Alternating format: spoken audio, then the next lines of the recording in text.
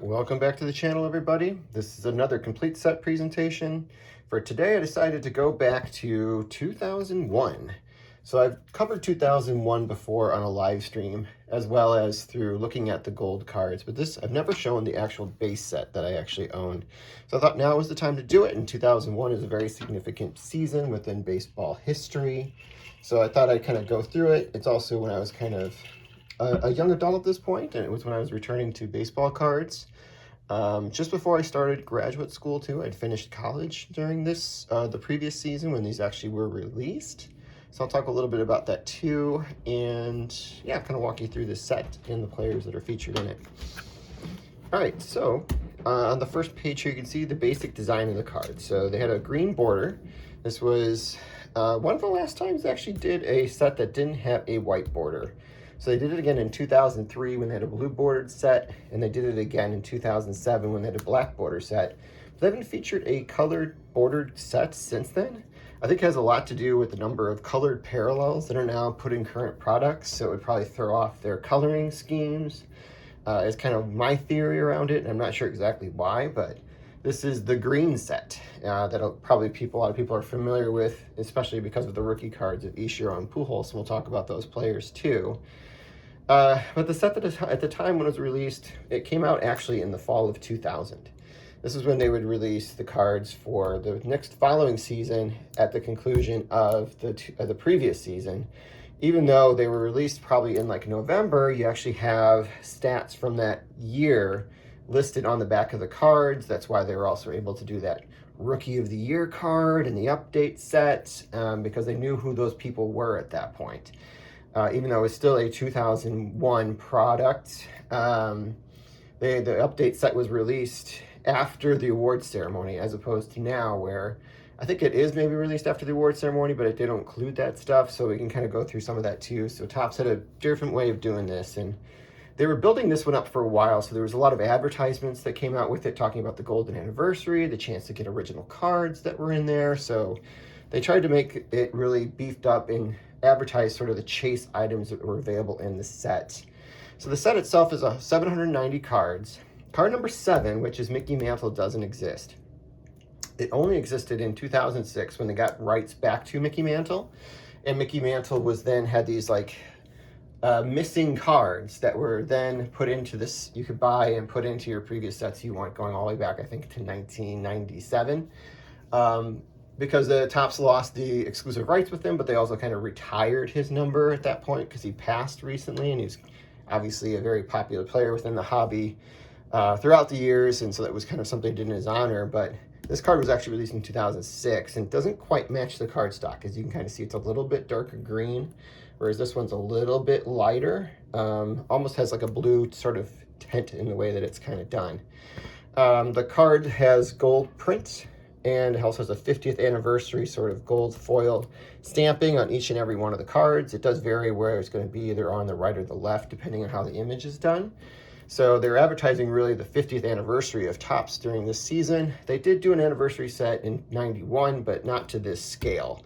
So this one was their attempt to make a larger set again too, because the previous years they'd dwindled down quite a bit. The base set was not really something that, was capturing the attention of people because they wanted the chrome, and that was their products that were selling really well. So they did something quite different with this set where they increased the number of sides and they just loaded it with inserts. So let's kind of jump in here and try to talk a little bit about the set as I start showing you the players themselves. So I'll point out some of the stars. So this is actually going to be known as the last set that you can get a Cal Ripken base set card in here. Also, Tony Gwynn retired during the season, even though you can get a 2002 card of his. Harold Baines also retired during the season, and also Mark McGwire also retired during the season. So you lost a lot of players that were really popular during this era, kind of stepped away from the game. So some of their stars you'll see on this first page is here. They got Chipper Jones, is obviously another Hall of Famer. Garrett Anderson was a good player during his era. So was Robin Ventura, coming off a really good season with the Mets right here. As you mentioned, the Mickey Mantle card. World Series MVP, Jermaine Dye for the White Sox, still with the Royals at this time. We got Jim Thome. On this page, we got Juan Gonzalez. And we still have the Expos at this point. You can see the Dustin Hermanson there. It was also the last season, I believe, for Paul O'Neill. This was also the last season of this original group of the Yankees that won 3 World Series in a row. They actually appeared in their 4th in a row that season. We'll talk a little bit about the postseason too. So there are parallels of these cards. As I've kind of mentioned before, and you've seen in the series, the ones you can get in packs were the gold parallels, and they varied between series 1 and 2 of how you could get one. I think you were lucky to maybe get 1, maybe 2 per hobby box. At that point, they're all numbered out at 2001. So this is when they started the numbered gold parallels. They had gold cards previous to this, but they weren't numbered in the base sets. So this kind of started that tradition, that legacy that continues to this day. They also had home team advantage. I don't know what the print runs of those are. They weren't inserted. I think they came out as separate sets. They had employee limited edition cards, which were numbered out at 3,905. Those were employee released sets only. So the ones that were more commercially available were these gold cards.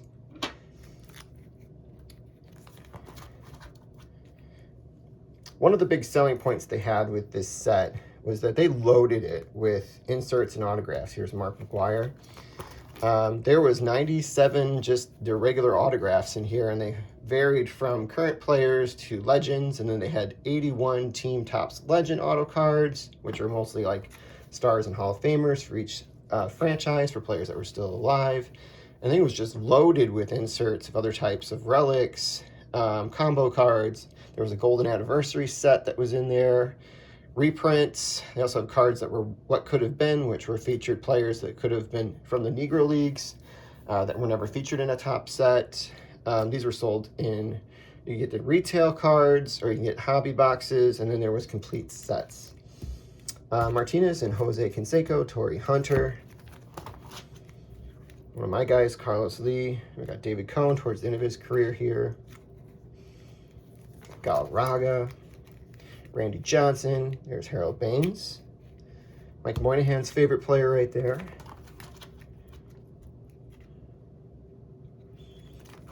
Andy Ramirez. I'll go a little quick with this just because I know the vintage guys probably are not too thrilled watching this one. Here we got Derek Jeter. Ricky Henderson is featured a couple times in this set. So looking for Will Clark's gold card. If anyone's got it out there, let me know. Got Fred McGriff, recent Hall of Famer with the Tampa Bay Rays. Jorge Posada, Paul Canerico, Ken Caminetti. It was also his last season that year. Of course, Caminetti known for kind of breaking the news about steroid use in baseball when he had a Sports Illustrated article talking about his use shortly before he actually got really sick and died. David Ortiz, when he's still a Twin. I think this actually was taken, well, probably was taken in Minnesota. I'm not sure where he was, potentially, because he's wearing the home jersey, but this is still when they played in the Metrodome, so it must have been in spring training. I got Johnny Damon. Gary Sheffield, that was taken at Wrigley Field. See the brick wall there. Von Rodriguez. Tom Glavine, missed him almost. This is Chuck Knobloch, probably about the time he was having his throwing issues. Carlos Delgado, someone I think should get more Hall of Fame consideration personally. New Hall of Famer Adrian Beltre. Roger Clemens. Troy Glaus, pretty good player during this era. Roy Halladay.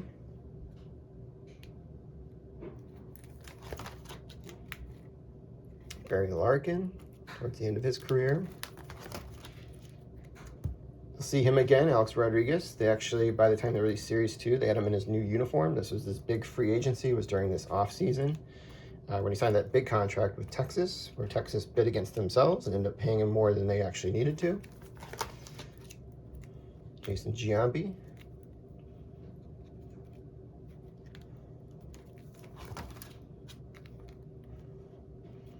We got Tony Gwynn. Brett Boone, who was really big during that season. So let's talk a little bit about the season, since we talked about the set itself. I did mention this was a pretty historic season. So without doubt, the biggest thing that people are going to remember the 2001 season for is actually 9/11. That happened obviously during this season, and the league stopped for the better part of a week plus. And I remember this because actually 9/11 was my very first day at graduate school, so it got canceled. Here's Frank Thomas. And, I think everybody was really excited about what was going on in baseball at that point because Barry Bonds was getting close to breaking the home run record. The Seattle Mariners were getting close to breaking the all-time team win record. Here's Bartolo Colon. Craig Biggio. Helton, new Hall of Famer. And so everything just abruptly stopped. And then there was some talk about potentially even just canceling the season at that point and maybe just coming back and having the playoffs, and that was it. But, I think America kind of needed a little bit of break from everything that was kind of going on, and they want a little bit of sense of normalcy coming back, and that's why I decided to kind of, let's resume sports, and baseball was the first one to get started again, and, the game that is at Shea Stadium will forever be like ingrained in people's memories with Mike Piazza hitting that home run and the Mets coming from behind and winning. And then everybody kind of fell in love with the Yankees this season. Maybe if you weren't a big Yankee fan, you really got behind them as they were trying to make their push for the playoffs at this point, and eventually got into the World Series again. We got Vladimir Guerrero.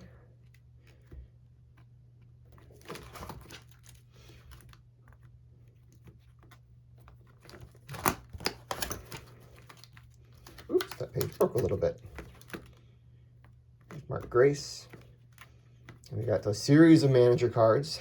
They have their whole manager section, which is interesting. Starting with Torrey and Bobby Cox, Mike Scioscia. Maybe Mike Scioscia will get in the Hall of Fame someday. Some other good names here. We got Don Baylor as a manager. Kind of fun seeing these guys. Here's Lou Piniella. Tom Kelly had a very successful career.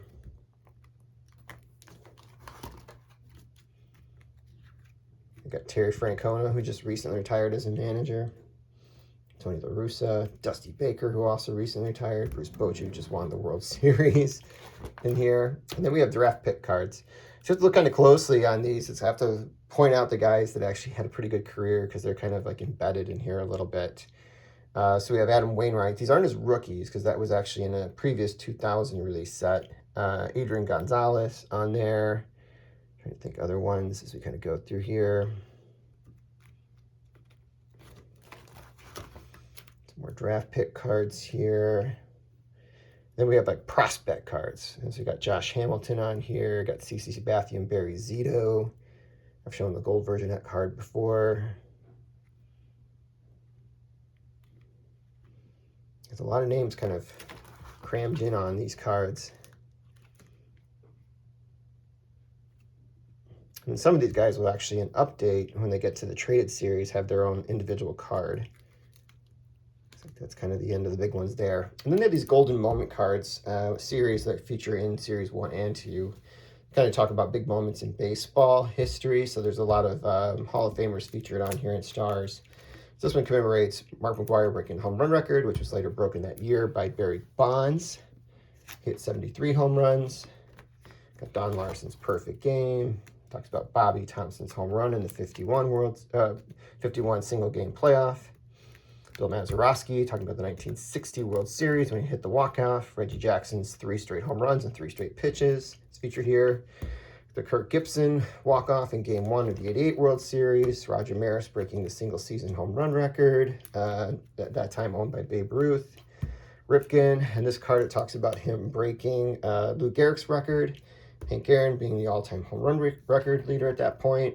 Joe Carter's walk-off World Series home run in the 93 series. And then they talk about season highlights from the 2000 season.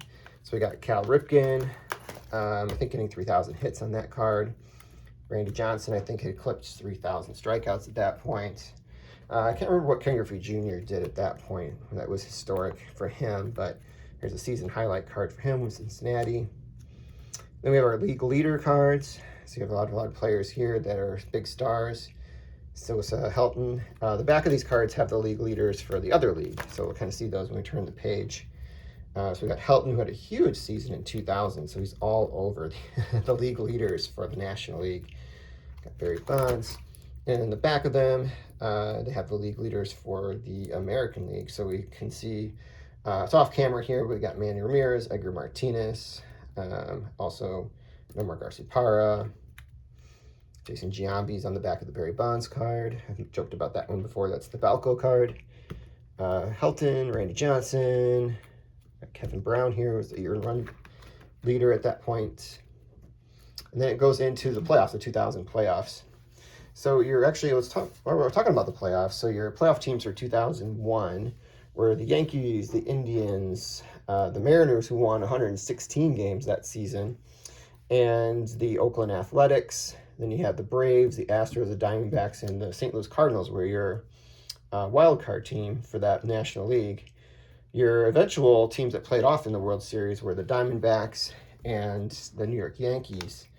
And that World Series will probably be remembered for three things actually. Be remembered for the end of the Yankees run at that point, because a lot of the players then left the team that were part of those teams in the late 90s that won 3 in a row. They did not win the World Series that year because Mariano Rivera couldn't close it out in Game 7. And the other part that kind of stands out to me was George Bush throwing the first pitch in the first game at Yankee Stadium in the playoffs, which was a big moment for patriotism in the country at that point following 2001. All right, so in 2000, obviously, the Yankees won the World Series. So it talks to them about advancing to the World Series and the Mets advancing to the World Series to be the first, and at this point, the only World Series that featured the Mets and the Yankees together at the same time. And the Yankees obviously won their 3rd in a row. All right, then we got Jeff Bagwell here.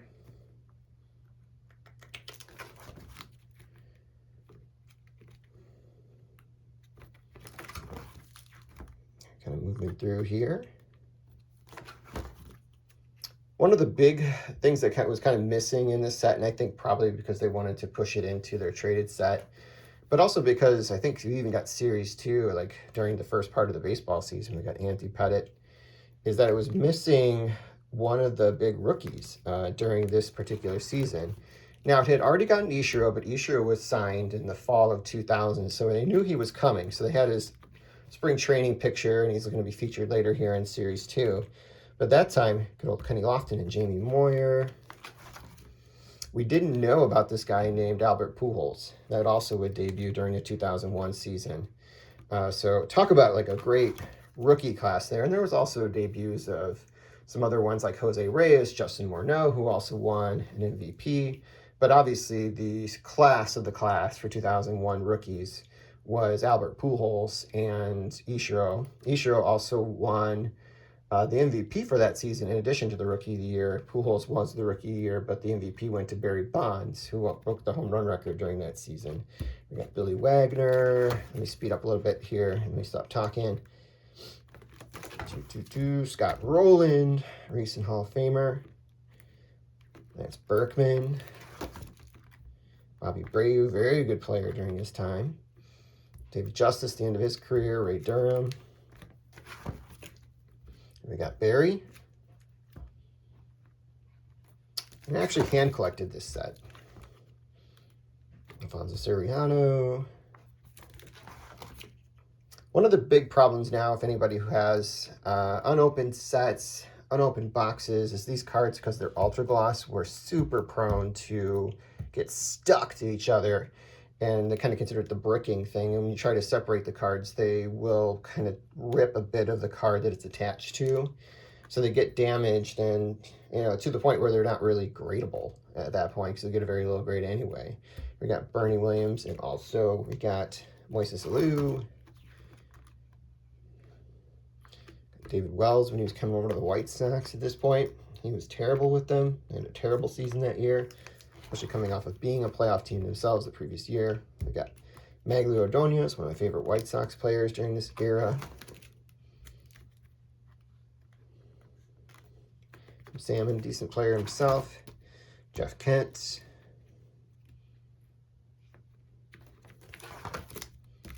Mariano Rivera.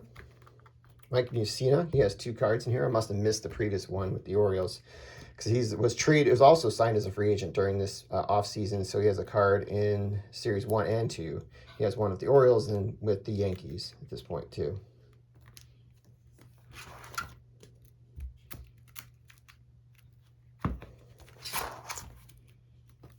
Kurt Schilling. Javi Lopez was a good player during this era. Ray Langford was a decent player during this era. Omar Vizquel. Ken Griffey Jr. Manny Ramirez with the Red Sox. Andrew Jones.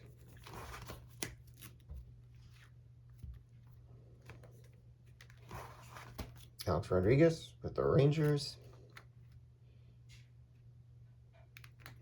Miguel Tejada, former MVP and known steroid user. Albert Bell with Orioles at this point. Mo Vaughn, Miss Mo Vaughn, he's a good player during his time too.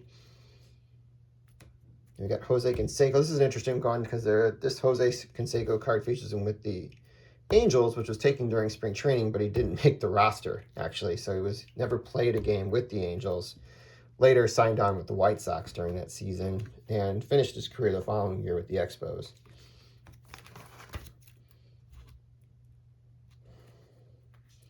Freddie Garcia was a good pitcher during this point in his career. We got John Smoltz, Kevin Brown,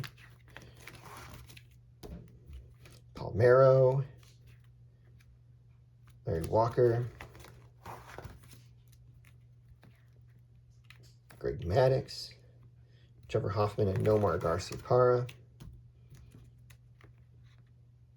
Luis Gonzalez, Edgar Martinez, Tino Martinez, Carlos Beltran, former Cy Young Award winner Brett Saberhagen.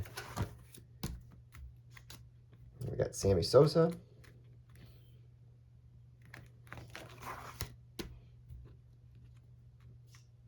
Tim Hudson, part of the big three of the Oakland A's at this point. We got Tim Wakefield, who passed away this past year. Jim Edmonds. Mike Piazza. Mike Hampton also signed a big contract with Colorado during that offseason. We got Bobby Bonilla, still an active player at this point. Juan Pierre.